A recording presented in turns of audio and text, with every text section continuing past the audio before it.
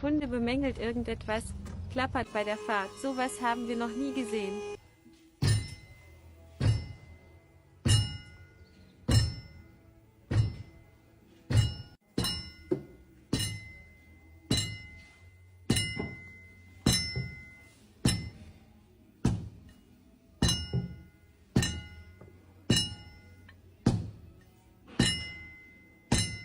So ungefähr hat es der Kunde bei jeder Erschütterung am Fahrzeug gehört. Kunde bemängelt irgendetwas, klappert bei der Fahrt. Sowas haben wir noch nie gesehen.